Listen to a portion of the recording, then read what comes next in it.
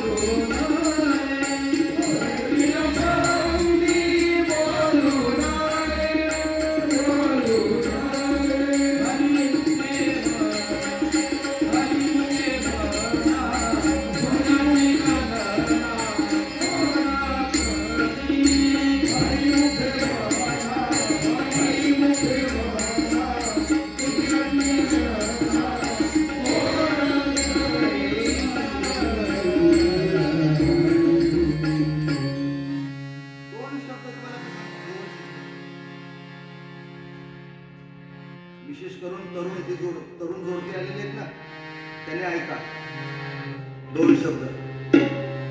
संसारामध्ये व्यवस्था पाहिजे. सरकोत संसारामध्ये काय पाहिजे? व्यवस्था पाहिजे. आणि परमार्थामध्ये अवस्था पाहिजे. सियावर रामचंद्र की जय.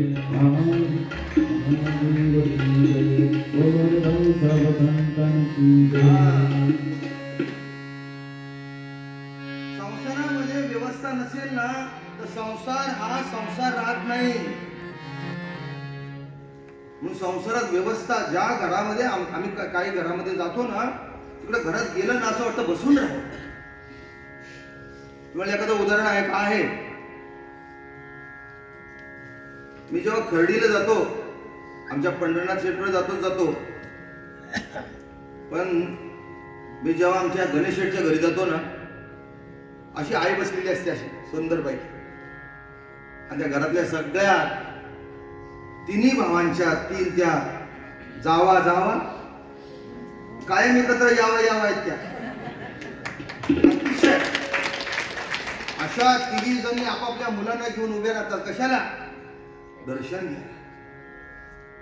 अक्षरशः बघा, कंठी प्रेम दाटे, नयनी नीर लोटे, हृदयी प्रगट. माझा स्वभाव आहे. वास्तविक कथेमध्ये व्यासपीठावर काही अशी काही बंधन असतात की तिकडे नामोल्लेख करायचे नसतात असं म्हणतात. आता मी काय इकडे काही लिहून आणलेले नाही, पण जेव्हा कथा सुरू आहे त्या कथांमधून कथाकारानं सुद्धा किंवा त्या वक्त्यानं आपले अनुभव सांगितले पाहिजे. व्यवस्था मी सांगतोय, कसं असावं घर आपलं. अशा काही घरामध्ये गेल्यानंतर असं वाटतं बसून राहावं, पण काही घरामध्ये गेल्यानंतर घरात पायी दारात पायी असं वाटतं परत फिरावं.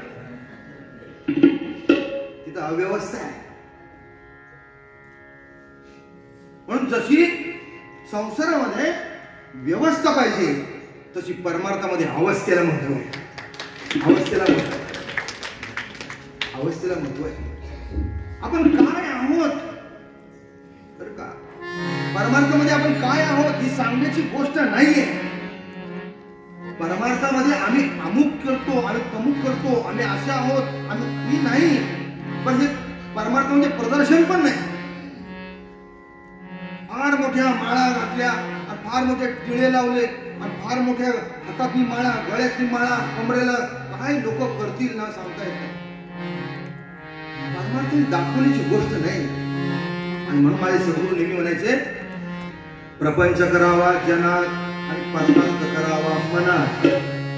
परमार्थ मनात करावा, आणि तो परमार्थ मनात काय चाललेला आहे.